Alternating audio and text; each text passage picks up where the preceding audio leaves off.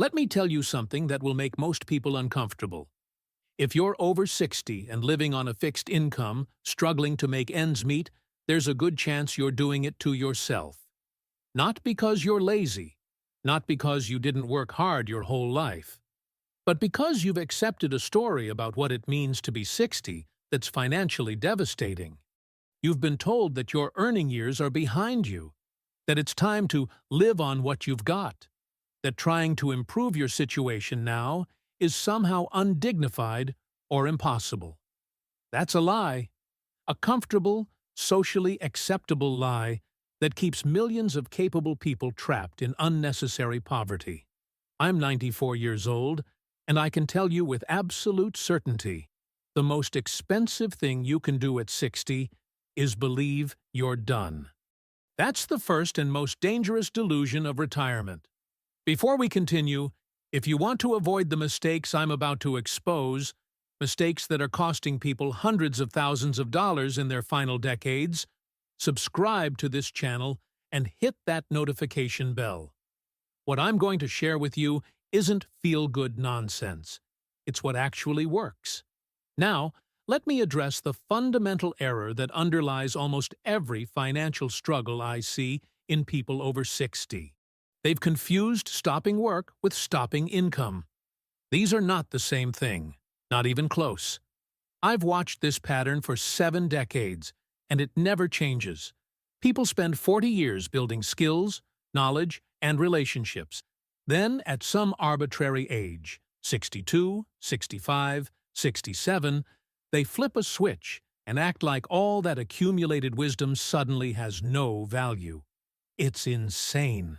You know what compound interest is, right? Well, knowledge compounds too. Experience compounds. Reputation compounds. At 60, you should be at peak earning power per hour, not zero earning power. But here's what happens instead. Most people hit 60 and immediately start thinking in terms of subtraction. How can I cut expenses? What can I eliminate? How can I make my fixed income stretch? They never ask the intelligent question, which is, how can I increase what's coming in? This is a catastrophic error in thinking, and I'll tell you exactly why. When you focus exclusively on cutting costs, you're fighting inflation with a knife at a gunfight. Let's do simple math. Say you're living on $2,000 a month from Social Security. Inflation runs at 3%, and that's if you believe the official numbers, which I don't. But let's use them. In 10 years, your purchasing power has declined by 30%. You need $2,600 to maintain the same lifestyle. But you're still getting roughly $2,000, maybe with tiny cost of living adjustments that never keep pace. You can cut coupons until your fingers bleed. You can eat ramen and turn off the heat. You're still getting poorer every single year. That's not a strategy. That's slow-motion financial suicide. Here's what separates people who thrive after 60 from people who barely survive. The ones who thrive keep at least one income stream active that can grow. Notice I didn't say they keep working full-time at their old job. I said they keep an income stream that can grow. This is crucial. It doesn't have to be much. It doesn't have to be 40 hours a week. But it absolutely has to exist, and it absolutely has to be something that can scale with inflation, or better. I know a man, won't say his name, who retired from engineering at 62. Had a decent pension, Social Security, thought he was set. 5 years later, he was eating into savings every month because his fixed income wasn't keeping up. Know what he did? Started consulting 2 days a month. Just 2 days. But he could charge what he was actually worth because of his expertise. That's $1,200 a month, $14,000 a year, and it scales. When costs go up, his rates go up. When he needs more, he takes on another client. He's 70 now and more financially secure than he was at 65. That's not luck. That's understanding that income beats scarcity every single time. Now, here's what most people get wrong about this. They think, Well, I'd like to earn more, but who's going to hire someone my age? Wrong question. Dead wrong. The question isn't who will hire you. The question is, what can you provide that people will pay for? You know what the biggest advantage you have at 60 is? You've already made most of the expensive mistakes. You know what doesn't work. That knowledge is worth money, real money, but you have to be willing to package it and sell it. I'm talking about consulting, teaching, coaching, writing, creating courses, building small service businesses, things where your judgment is the product, not your physical labor or your willingness to sit in an office for 8 hours. When you're young, you sell your time.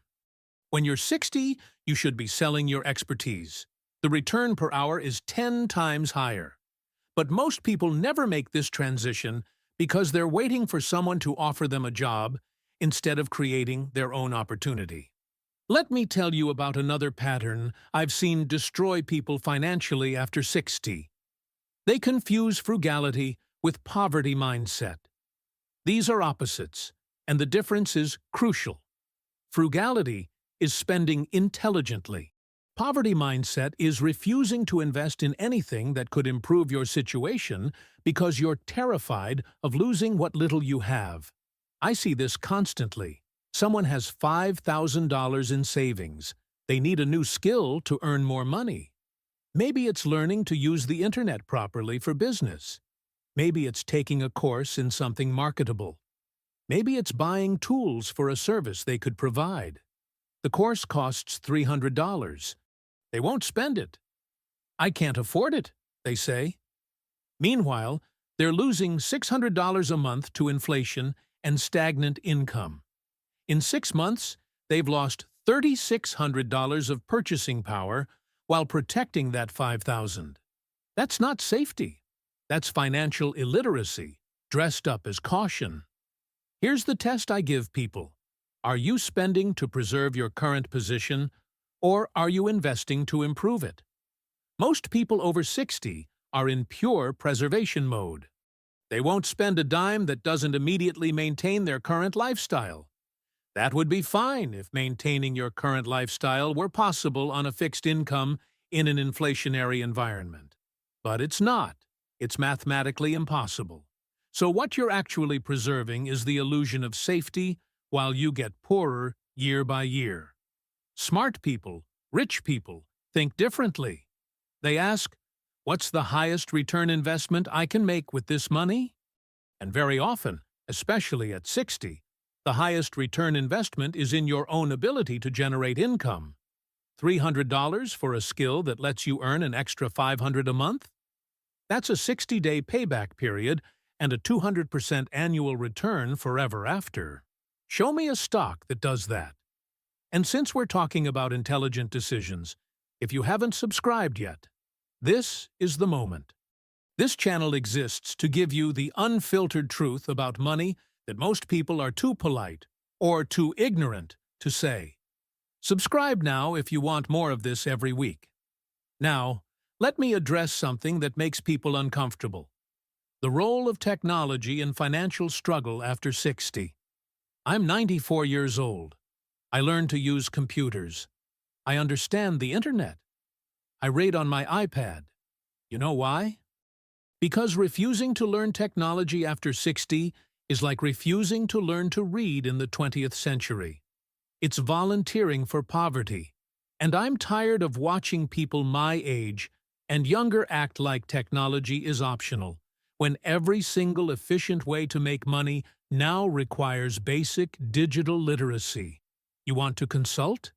You need email and video calls. You want to sell anything? You need to understand online marketplaces. You want to teach? Online courses are the biggest opportunity in education history. You want to write? Publishing is digital. You want to provide services? Customers find you online. This isn't negotiable anymore. And the excuse I hear, I'm too old to learn, is just that.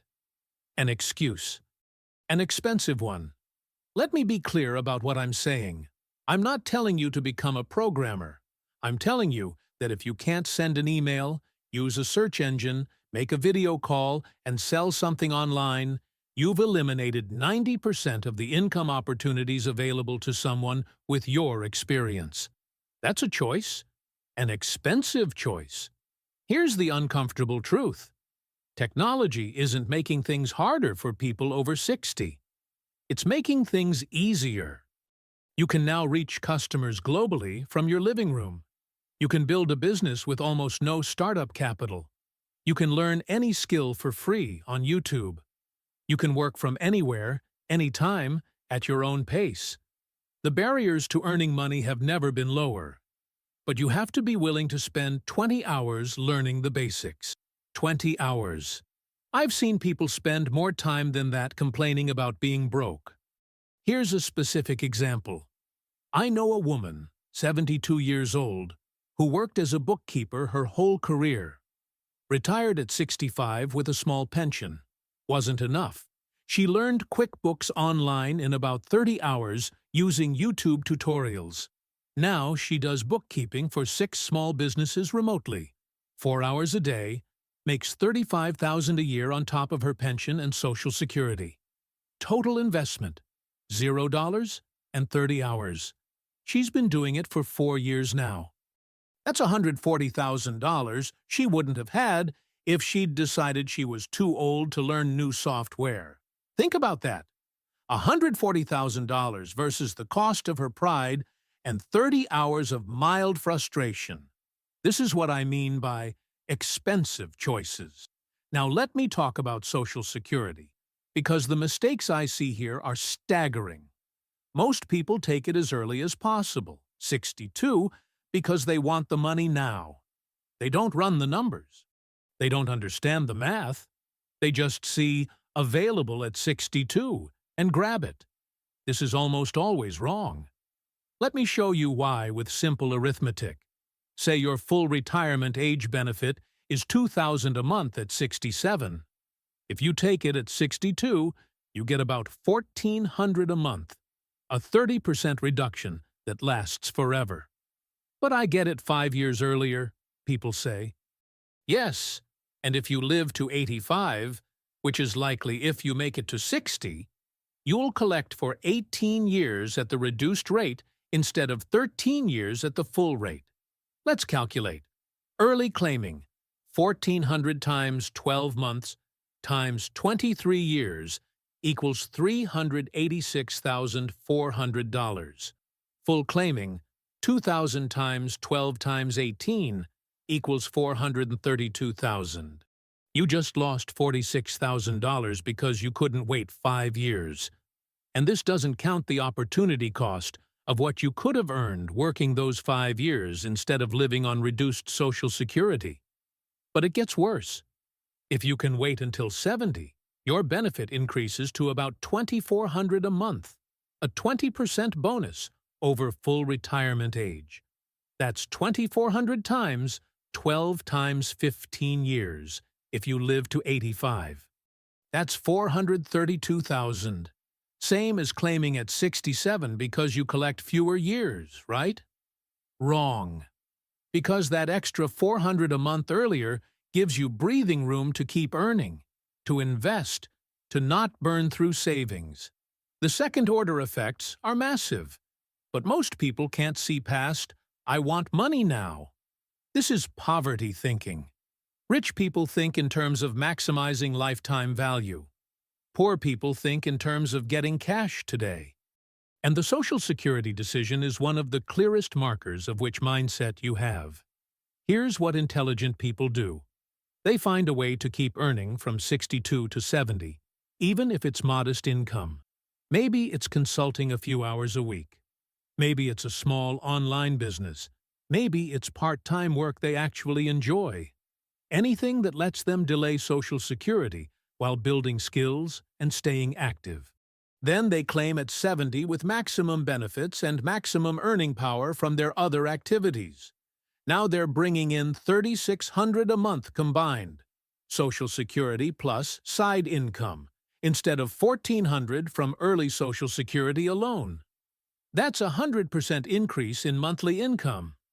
Over a 15-year retirement, that's the difference between poverty and comfort, between depleting savings and building them, between financial stress and financial security. But it requires thinking past next month. It requires playing the long game. Most people can't do it.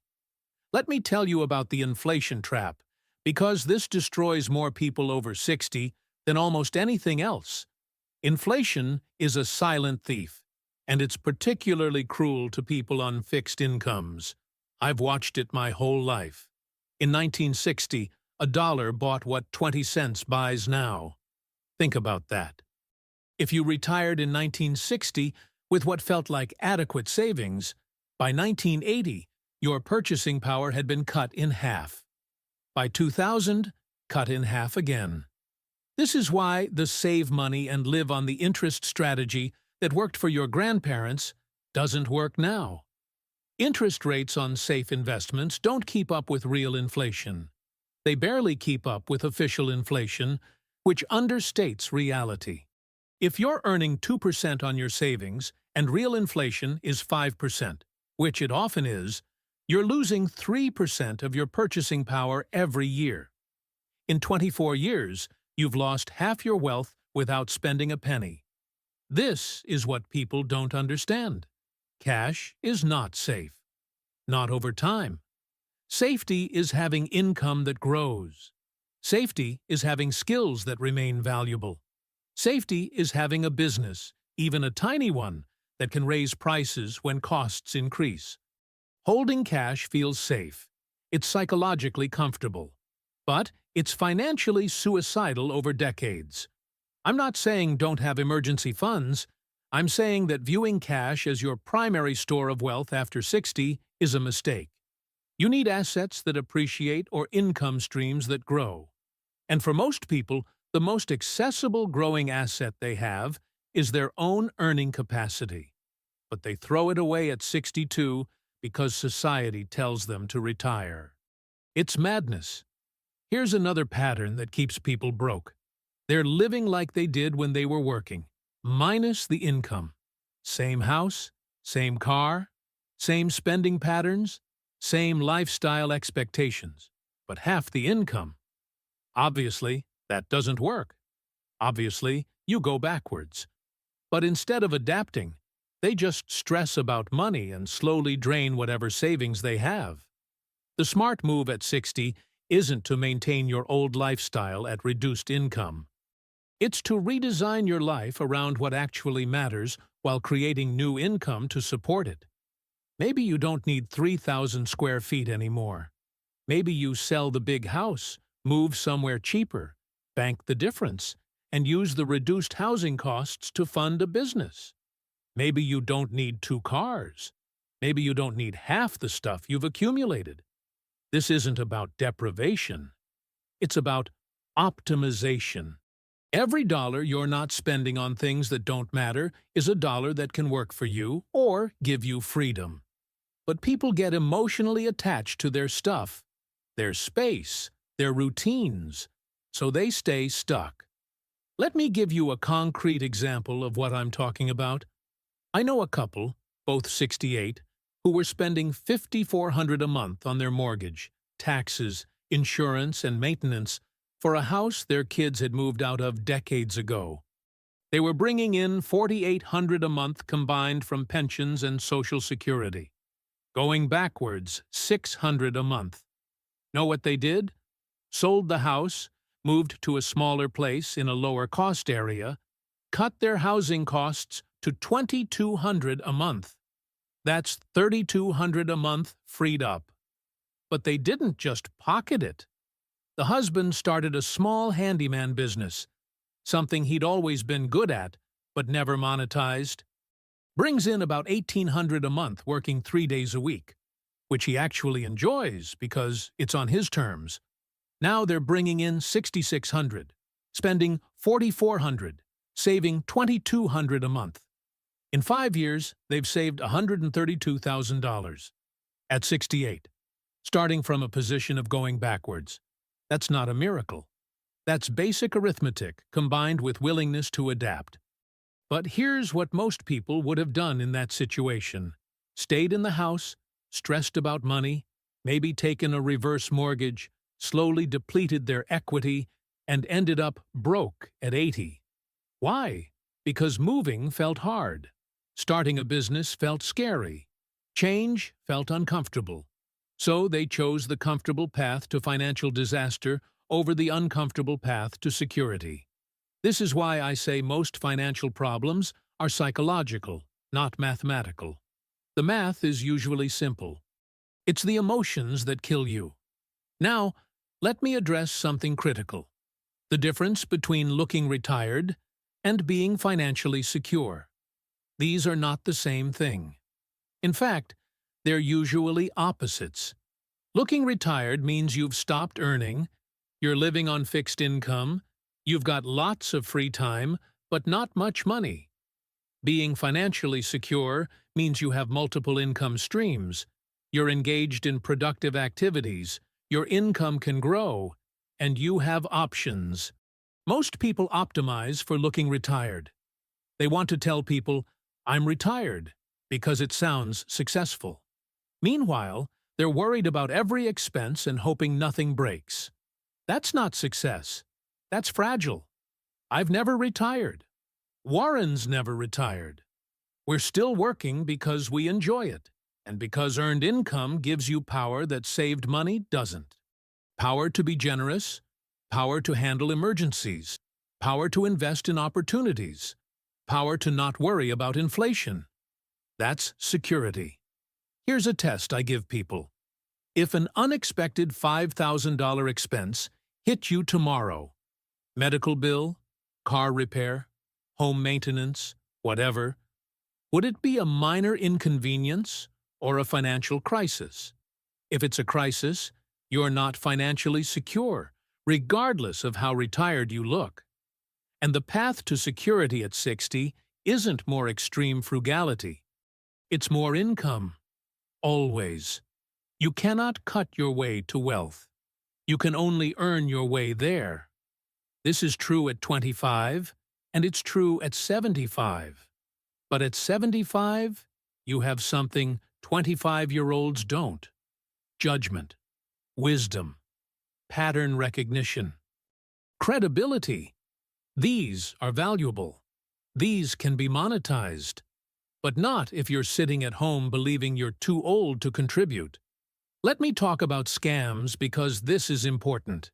People over 60 get targeted relentlessly. Fake IRS calls, phishing emails, investment frauds, romance scams, tech support scams, Medicare scams. The list is endless, and I see people lose tens of thousands, sometimes hundreds of thousands, to these things. You know why? Not because they're stupid. Because they're financially desperate and socially isolated. Scammers know that someone who's worried about money and lonely is vulnerable. They offer easy solutions to hard problems. Get rich quick. Find companionship. Fix your computer. Reduce your Medicare costs. All scams. All targeting specific anxieties that many people over 60 have. The antidote isn't better scam detection. It's not being desperate in the first place. When you have adequate income, growing savings, and social connections, you don't fall for these things. You're not looking for miracle solutions because you don't need miracles. You've got fundamentals working for you. This connects to everything I've been saying. Financial security creates psychological security. Psychological security creates good decision-making. Good decision-making creates more financial security. It's a virtuous cycle, but it starts with income, not savings, not frugality. Income, specifically, income you control that can grow. This is why I keep hammering on the importance of maintaining earning capacity after 60. It's not about the money alone. It's about everything the money enables: clear thinking, confidence, options, the ability to help others, the absence of fear. These things are worth more than the dollars themselves. Now let me give you the framework I use for evaluating whether you're making intelligent decisions about income after 60. 5 questions. Answer them honestly. First question, can your current income grow, or is it permanently fixed? If it's fixed, you're in trouble. Inflation is not fixed. Costs are not fixed. Healthcare is not fixed. If your income can't grow, you're guaranteed to get poorer. What can you do in the next 6 months to create at least one income stream that can scale? Second question, are you spending your time on activities that could eventually generate income, or purely on consumption? Nothing wrong with hobbies and relaxation. But if 100% of your time goes to consumption and 0% goes to building skills or relationships or products that could earn money, you're making a choice. An expensive choice. What skill could you build in the next 90 days that would be monetizable? Third question, what's your time horizon? Are you planning for 5 years or 25? If you're 60 and reasonably healthy, you could easily live another 30 years. That's not a short time horizon. That's longer than many people's careers. Are you making 30-year decisions or 5-year decisions?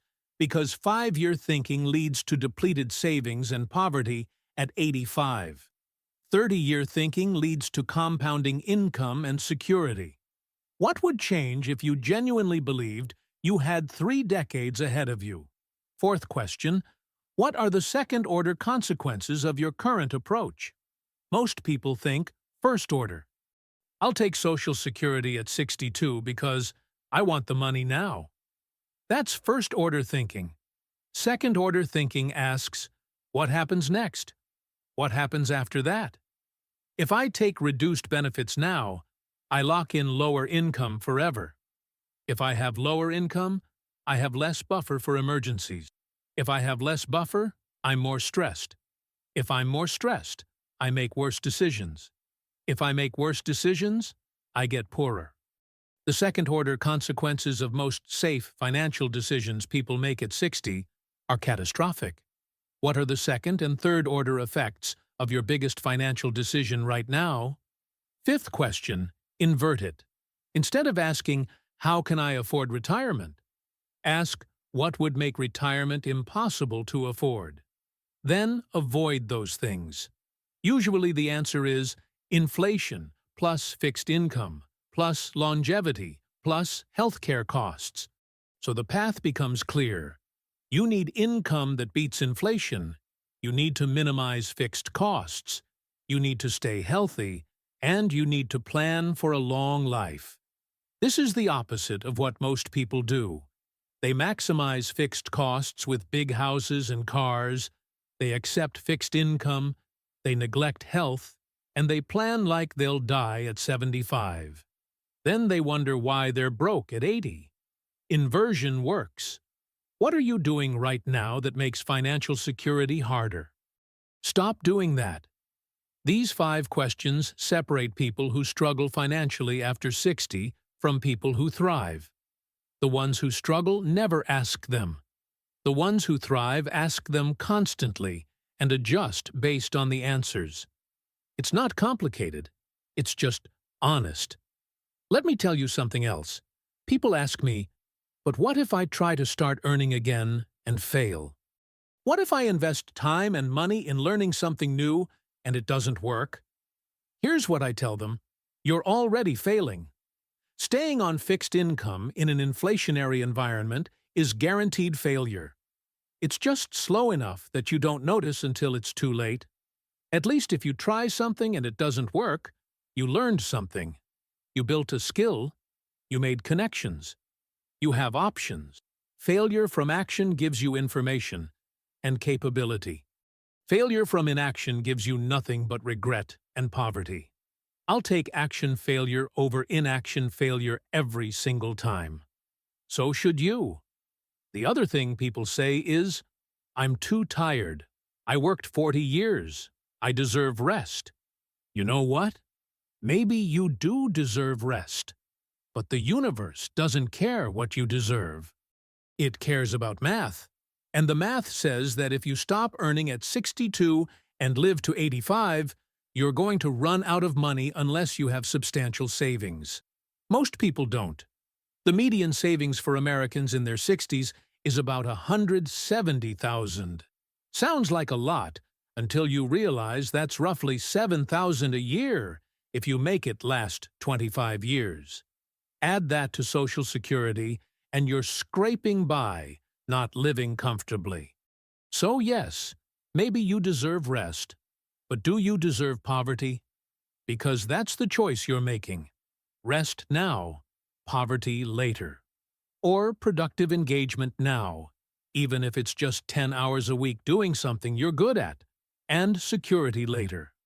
I know which one I'd choose. Here's what Warren and I figured out decades ago. The best work is work you'd do, even if you didn't need the money. Find that, and you never retire. You just keep doing what you love, and it happens to generate income. This should be easier at 60 than at 30 because you've had time to figure out what you're actually good at and what you actually enjoy. Most people never connect these dots. They separate work from life and think retirement means ending work. It doesn't. It means ending work you don't want to do. But work you do want to do? Work that uses your best skills and gives you purpose and pays you fairly? That's not something to retire from. That's something to optimize. And the beautiful thing is, at 60, you can design this yourself. You don't need permission from an employer. You don't need to fit into someone else's structure. You can create exactly what works for you, but you have to be willing to try. Let me be direct about one more thing. Your limiting factor isn't your age. It's your beliefs about your age. I see this constantly. Someone is 65, fully capable, but they've internalized the message that they're too old to learn, too old to start something new, too old to be valuable in the marketplace. So they don't try, and then their belief becomes reality. Not because they were actually too old, but because they never attempted anything. This is a self-fulfilling prophecy. Meanwhile, someone else 65 believes they have value, stays engaged, keeps learning, and builds a thriving second act. Same age, different beliefs, completely different outcomes. Your beliefs about aging will determine your financial reality more than your actual age. If you believe 60 means obsolete, you'll be obsolete. If you believe 60 means experienced and valuable, you'll find ways to monetize that value. It's that simple. I'm not saying age doesn't matter. Obviously, physical capabilities change, energy levels change, health considerations are real. But cognitive ability, judgment, expertise, these peak late and decline slowly.